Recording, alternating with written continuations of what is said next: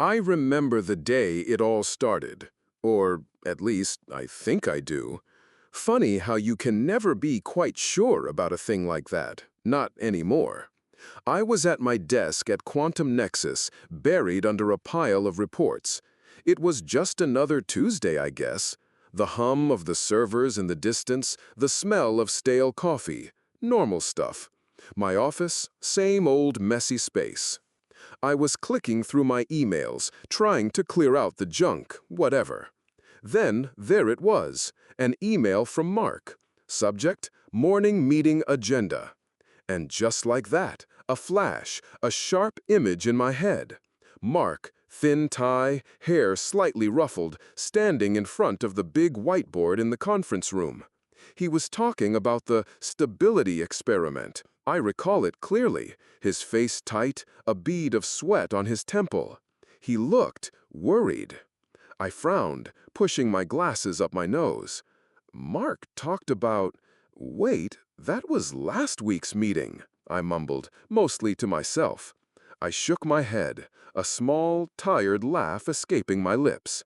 Nightmares, maybe? Or just not enough sleep? Yeah, that had to be it. I typed out a quick reply to Mark, something about tweaking the energy output projections, and tried to concentrate on the numbers flickering on my monitor. But the image of Mark's face, that worried look, it stuck with me. A tiny crack, I suppose, but I didn't see it then. Not really. When I got home, the city traffic was a beast as usual. Sarah, my wife, had promised to make pasta. I push open the front door, the familiar scent of garlic and oregano hitting me. A good smell. Safe. I headed straight for the kitchen, dropping my briefcase by the door. And there, on the polished quartz countertop, was my favorite coffee mug. You know, the one with the Eagles logo, faded blue. It was always on the right, 2 centimeters from the edge of the keyboard, positioned just so after I finished my morning coffee. A ritual, I guess. Ever since, well, ever since that week. Since the noise, the shaking, the way the whole building felt like it was groaning, coming apart. But today, the mug was on the left. Not just a little bit, but distinctly on the left. And it was warm. A faint wisp of coffee steam still curling from the rim. But I hadn't made coffee this morning. No, I rushed out like crazy. I touched it, my fingers wrapping around the ceramic, the warmth seeping into my skin. Must have forgotten, I whispered. My voice sounded a little off, hoarse. Or maybe Sarah did it. I moved it back to its usual spot, telling myself I was just being a bit forgetful. Yeah, that's it. Just tired. The next morning, it happened again. The mug. Same place, same impossible warmth. Only this time, when I touched it, there was a sharp, almost electrical pulse in my left temple, like a tiny burn, flaring then fading. I closed my eyes, took a deep breath. This was more than just forgetting. "Sarah?" I called out, my voice louder than I intended. I found her in the living room, curled up on the sofa, sunlight streaming through the window, open book in her lap. She looked up, her smile just a little bit off, a tiny tremor in the corner of her lips. "Hey, sleepyhead," she said. Her voice, usually so clear and bright, had a strange, almost reedy quality to it. "Did you move my coffee mug?" I asked, my voice barely a whisper. She blinked, her smile faltering. "Which coffee mug, love? I just woke up." My stomach lurched. I felt a sudden, profound vertigo, the entire room swaying around me like a ship in a storm. My breath caught in my throat, a suffocating pressure, as if someone had grabbed my windpipe and given it a quick, brutal squeeze. Then, just as suddenly, it was gone. The room was steady. The feeling of crushed vanished. Sarah was looking at me, her head tilted, a hint of concern in her eyes. But those eyes, they were familiar, yes, but something about them felt detached. I backed away, bumping into the wall. My heart was pounding. I felt a wave of nausea. "Nothing," I croaked. I think I just need some rest." I forced a smile that felt like a grimace. I tried to push it all aside, to settle back into work. Routine, that's what I needed. Predictability. I sat at my desk, the pile of quantum project documents staring back at me. But as I opened the top folder, a chill ran down my spine. A memory, stark and vivid, burned through my mind. Mark and I, a heated argument, shouting really, in front of the whole research team. Something about an algorithm, a calculation error. I remember Mark's face, red with anger, my own frustration boiling over. It was a big deal, a major confrontation. But when was it? That argument never happened, not in this office, not with this team. My hand flew to my temple. The throbbing ache was still there, faint now, but persistent, a ghost of a burn. Sarah appeared in the doorway of my study. Her smile was soft, inviting. "You look stressed, honey. Want me to make you some tea?" Her voice was gentle, but I shivered. Her eyes, so familiar, so warm, held no trace of that remembered argument, no memory of the anger, the tension, the awkward silence that followed. It was as if that entire vivid scene I'd just replayed in my head had never existed. Or worse, it existed, but not for her. Not for this Sarah. A cold dread began to solidify in my gut. If that memory was real, then Sarah, this Sarah, was not the Sarah who had witnessed it. And if she wasn't that Sarah, then who the hell was she? Or who was I? I swallowed hard. My own senses were lying to me. The world was lying to me. I couldn't just keep quiet. This was too much. I needed help, real help. I found Dr. Albright's number in the directory and booked an appointment. Her office was exactly what you'd expect.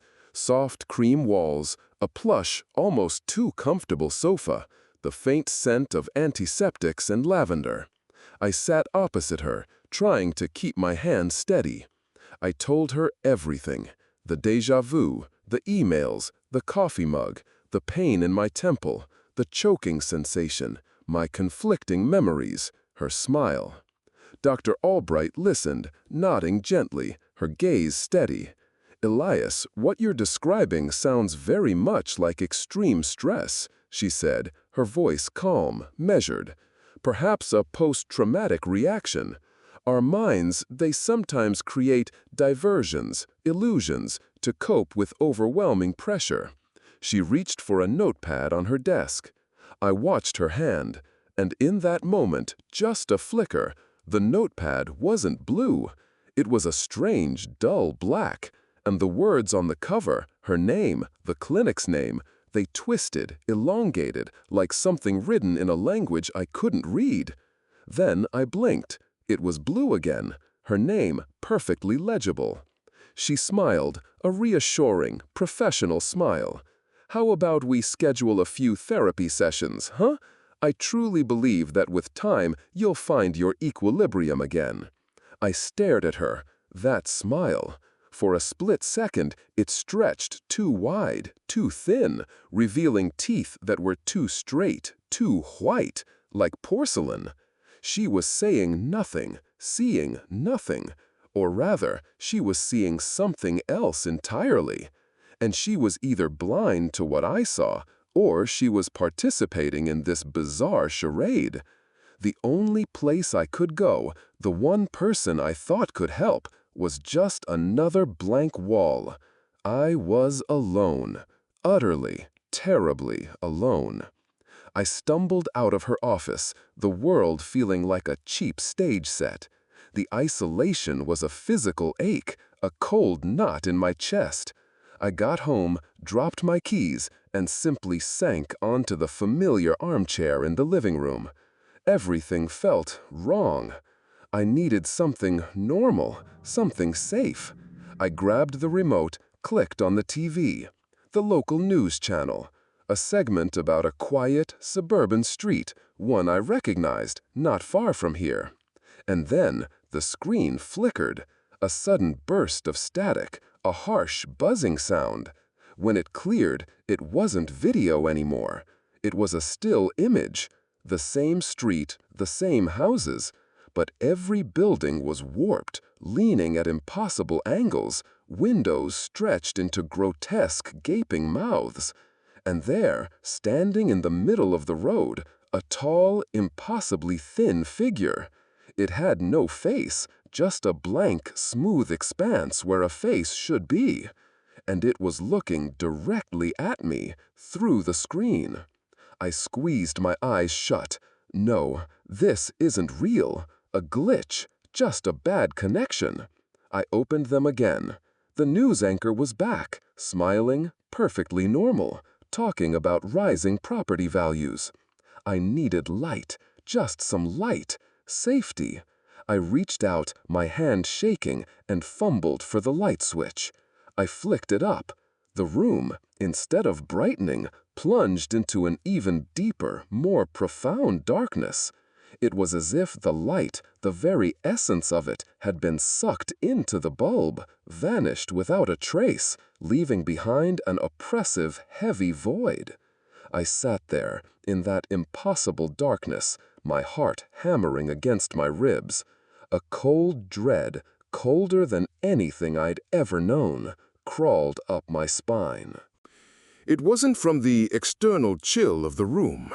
It was from deep, deep inside me. I looked out the window. The moon, usually a soft, silvery orb, hung in the sky, a sickly, pale green, like mold, like something rotting. This wasn't my home. This wasn't my world.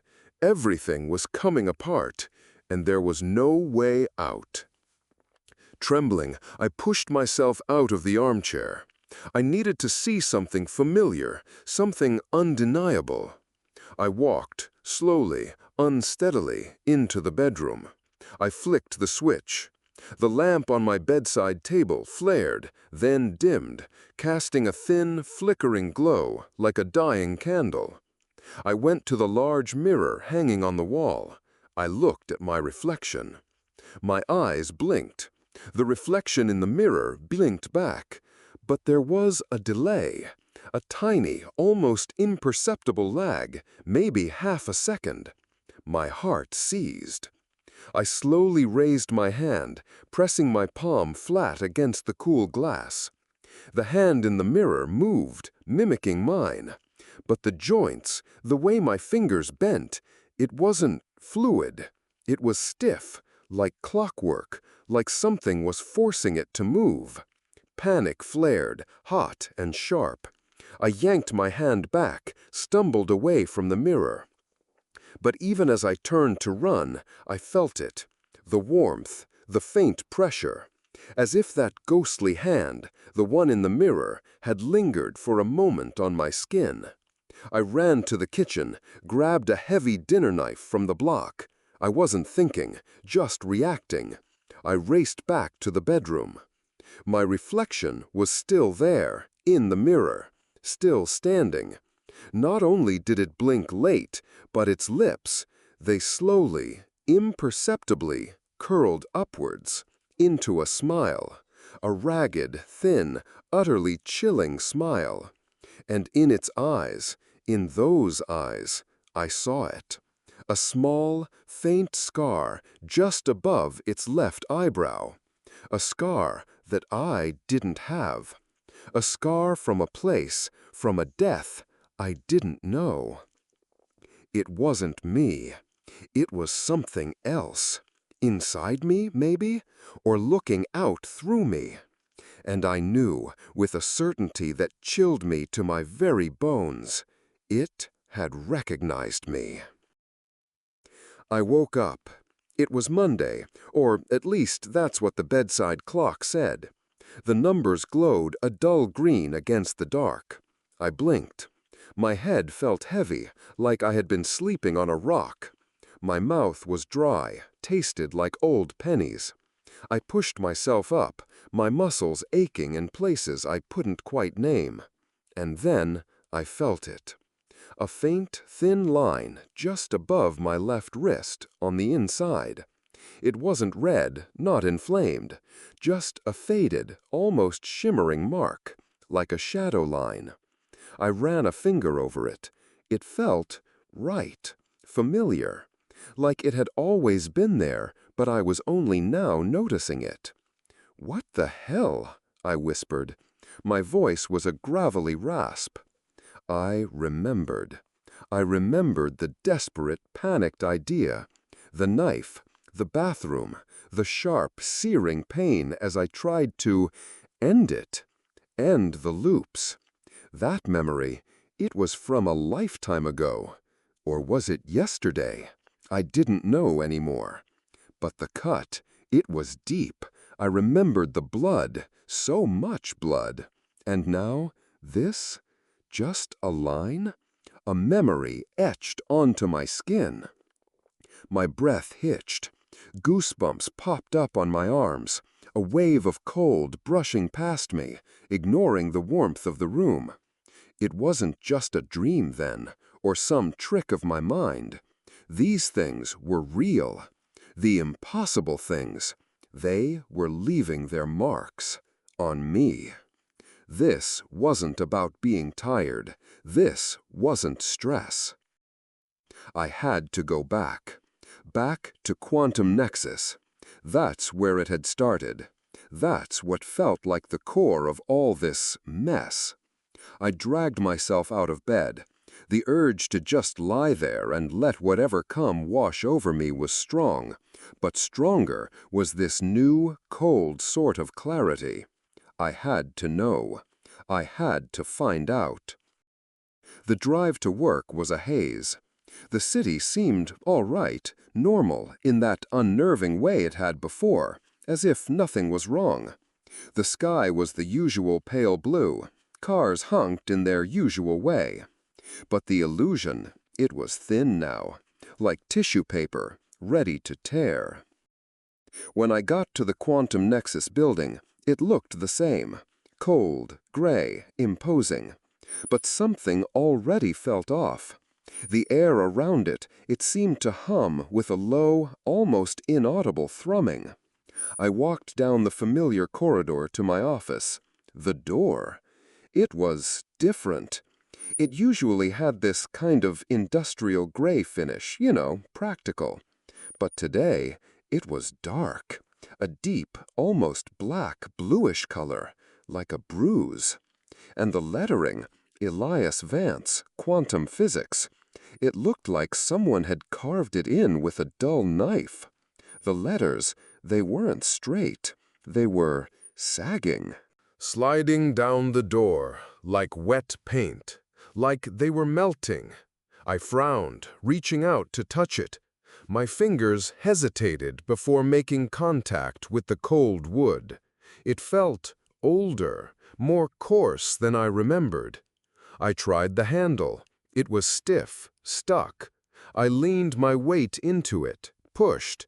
Nothing. It wouldn't budge. "Come on," I muttered, pulling my shoulder back, preparing for another, harder shove. Just then, as I stepped back, the door gave.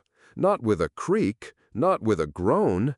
It just slid open, smoothly, silently, like it had never been stuck, like it had waited for me to step away, just to prove a point. My heart hammered against my ribs. I stared into the opening. It wasn't my office. No, what lay beyond was a long, narrow corridor, and it was dark. Streetlights from somewhere far off cast a faint greenish glow through high, dirty windows, revealing only shadows. The air that rushed out of it hit me like a physical blow. Mold, dust, stagnant water.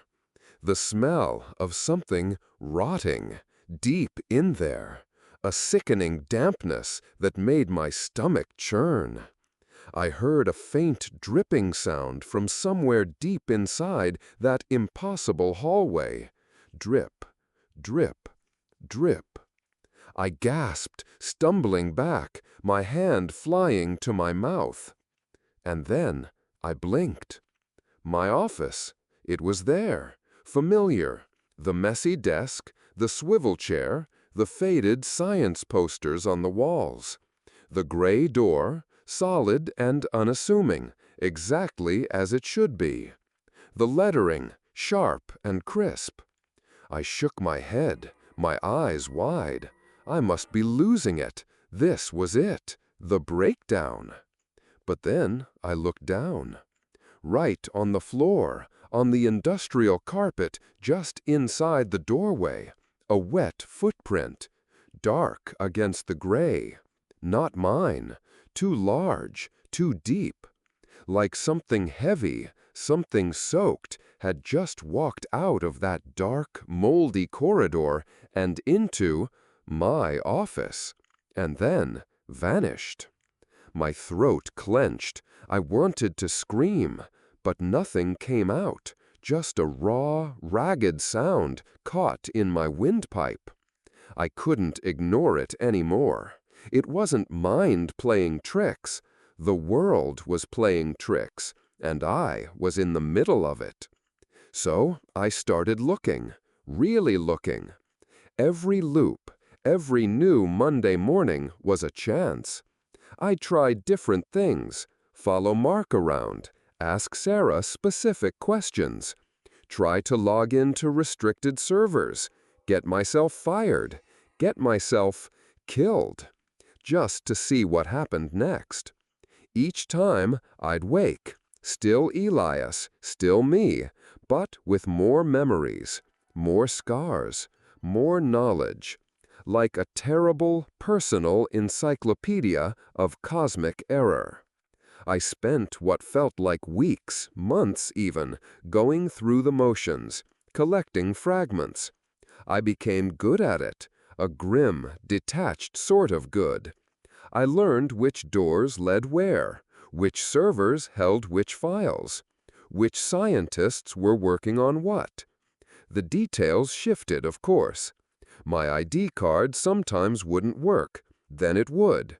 A code that worked one loop might be useless the next. But the core was still there. Quantum Nexus, the project. In one particular loop, I managed to get into the deepest archives, the ones that were supposed to be completely offline, isolated. Took me 3 tries, 3 deaths, to figure out the sequence of override commands. The server room was cold, the air thick with the smell of ozone and burnt dust. I worked quickly, my fingers flying across the old keyboard, fueled by a frantic, cold determination. And there it was, hidden in a subdirectory, buried deep under layers of old experiment data. A digital journal, encrypted, of course. It took me another handful of loops, dying and restarting, to crack it. Each time, I'd focus solely on the code. The faces of Sarah, of Mark, they blurred. Just data points, distractions. I barely slept, barely ate, always chasing the next piece. Finally, the encryption gave. I stared at the screen, my eyes burning. Pages of text scrolling by, names, dates, equations that made no sense, terrifying in their abstractness. And then a specific entry, a date, August 14th, and below it a heading, typed out, Project Infinite Loop. My breath caught, my fingers trembled as I scrolled down. The entry was handwritten, scanned. It was me, my handwriting. I knew it. The way the A leaned slightly to the left, the little curl on the S. It was unmistakably mine. August 14. The infinite loop experiment is ready. The parameters are set. Dr. Albright is concerned, but the data is undeniable. This project will change everything. We are on the precipice of a new reality. My genetic markers, as a biological resonance point, have proven crucial. There are no limits to what we can explore, no limits to what I can explore. The core is stable. We hit ignition at 0900 tomorrow. I stared at the words, my words. No, I whispered. It came out like a choked cough. I scrabbled through my backpack, pulling out an old, beat-up spiral notebook, my personal journal from years ago, before, the one where I jot down random equations, grocery lists, thoughts on a good book. I held it up, next to the screen. The handwriting. It was an exact match. Every slant, every loop, every tiny imperfection. My own letters, staring back at me, accusing. I am a biological resonance point. The words echoed in my head. I wasn't a victim. Not really. I was a part of it, an ingredient. Maybe the catalyst. Maybe the fucking cause. A wave of intense disgust washed over me, hot and sickening. Self-disgust. It wasn't a fear of the unknown anymore. It was a fear of myself. I kept going. The journal was just the beginning, the rabbit hole. I found other files, medical records, my medical records, scans, genetic sequencing reports. There was a rare gene mutation, a specific marker. 1 in a billion, they said in the notes. Something that, when exposed to the specific frequencies of the quantum nexus experiment, created a dual resonance frequency, a biological convergence point. Basically, me, my DNA. It turned me into the pivot, the goddamn anchor. All of it, every loop, every death, every distorted reality. They weren't attacks. They were desperate attempts. The universe, or whatever was left of it, was trying to shake me off, trying to unravel the knot I had become, trying to extract me, to cut the tether. No escape, I murmured, the words hollow, flat. My voice felt like it belonged to someone else. My hand started to tingle, a familiar heat, like an electric pulse. But this time it spread. Up my fingers, crawling along my palm, up my arm. I could feel it buzzing under my skin. And then, the smell. Oh God! It was familiar, the metallic tang of high-energy physics experiments. But under it, something else. Something foul, like burning hair. No, worse. Something like burning flesh. It clung to me, thick and cloying. I sniffed, my nose wrinkling in horror. Was it coming from me? Was I burning? Slowly? From the inside out? The smell was everywhere, suffocating. I couldn't shake it. It soaked into my clothes, my skin, my very lungs. The realization hit me harder than any physical blow. Every time I died, the universe tried to shed me. Every time I failed, and every time I came back, carrying more of these scars, more of these memories, more of it. I was the wound that wouldn't heal, the infection that spread. I kept going. The source, the main lab, the accident site. I walked through the empty halls of Quantum Nexus. My footsteps echoed, each sound amplifying the terrifying silence. This version of the building was Worse, far worse than any I'd seen. Parts of the ceiling had collapsed, exposing twisted wires and blackened conduit. The air was a mix of that burning flesh, ozone, and wet mold. The very walls seemed to weep. The main lab. The doors were ripped from their hinges, lying in twisted heaps on the floor.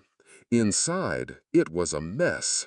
A beautiful, horrific mess that spoke of untold power unleashed. Equipment lay overturned, shattered screens, sparking wires. And in the very center, still standing, still humming with a faint low thrum, was the reality sculpting core. It was enormous, a monster of metal and glass, with a nexus of swirling dim blue light at its heart.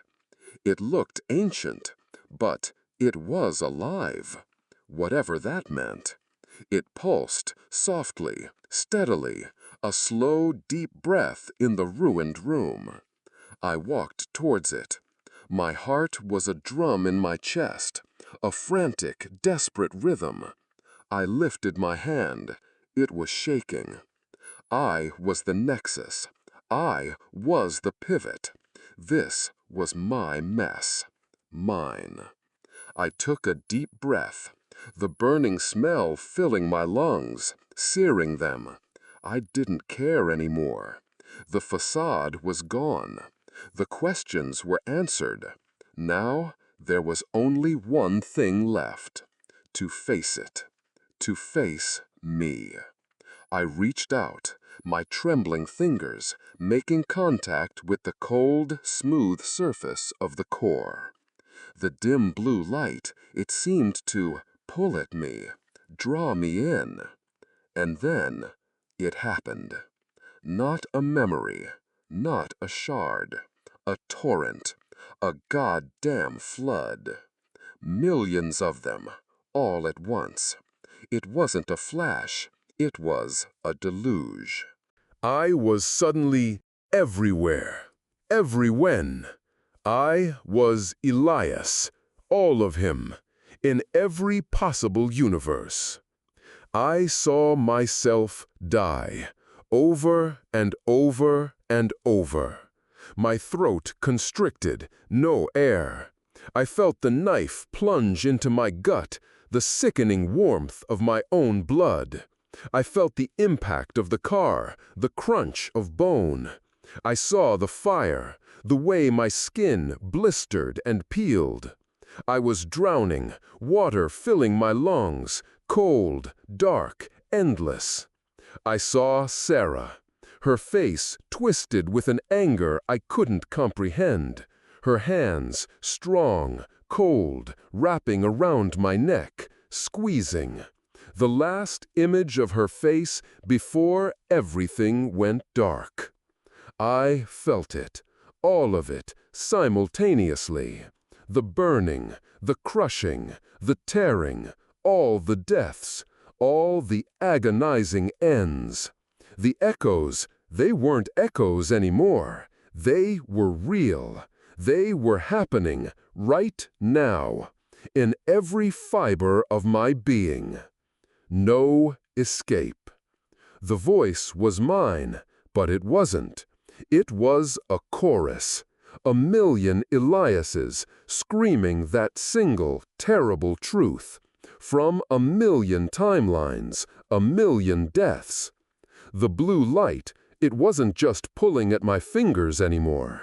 It spread, up my arm, over my shoulder. It was painting me, illuminating me. Slowly, deliberately, it turned my skin translucent. I could see the veins, the muscles, the very bones, all glowing with that same eerie, electric blue. I felt myself pulling apart, stretching, thinner, thinner, extending. My body, it wasn't just a body anymore. It was a network, a web, spreading across everything, across space, across time. My eyes, I closed them. The pain, the overwhelming sensory input, it was too much. It was everything. When I opened them again, it was different. I wasn't standing in the lab. I was the lab. The cold metal of the core, that was my spine. The dim blue light, that was my pulse. The shattered screens, those were my shattered thoughts. The mold on the walls, that was my decaying flesh, growing and spreading. The dust motes, dancing in the faint light, they were my fragmented consciousness, scattered. I was the walls. I was the machine. I was the endless hum. I was every other Elias, dying and rebirthing, again and again and again, forever. I wasn't Elias Vance. I was the infinite loop. David, the new technician, walked into what used to be Elias Vance's office. He was on the phone, one hand holding it tight to his ear, the other gesticulating wildly as he talked. "Honestly, Mark, it's getting ridiculous," he grumbled into the phone. "First, the server kept crashing on its own. Then the light in the break room just exploded last night. Nobody saw anything. And don't even get me started on the temperature fluctuations in this sector. One minute it's 20 degrees, the next it's freezing, like something is sucking the warmth right out of the air." He stopped, sighing heavily. Yeah, I know. Just another Tuesday at Quantum Nexus. But it feels different, you know? Like the building itself is breathing down your neck." He didn't notice it, not at first. How could he? It was so faint, just a shimmer, a distortion in the air, right on the old, worn spinning chair that sat by the dusty desk. The chair, the one Elias Vance used to sit in, before he just vanished. The fabric was frayed, the leather cracked. But as David continued his rant, the distortion solidified, just a little. A faint, translucent shadow. Not quite opaque, but there, taking the shape of a man. And it sank slowly into the chair, leaning back, arms resting on the armrests. It didn't move. It just sat there. A form, barely there, but undeniably present. "And then there's these weird power surges," David went on, turning and beginning to walk towards the door, still unaware. "Components will just melt, turn to jelly, I swear. So weird." A shiver went through the shadow in the chair, a ripple like water. And where its form leaned against the back of the chair, the worn fabric suddenly took on a strange, icy coldness, like frozen metal. A sudden sharp chill filled the room, brief but intense. David rubbed his arms, still talking. "I don't know, Mark. This office, it's like it's haunted or something." David stepped out of the room, still muttering into his phone. Behind him, the shadow in the spinning chair slowly, imperceptibly tilted its head. Closer to the light, its outline sharpened just a fraction. And then, where a face would be, a subtle curve formed. A smile, formless, without features. It was still sitting there, waiting.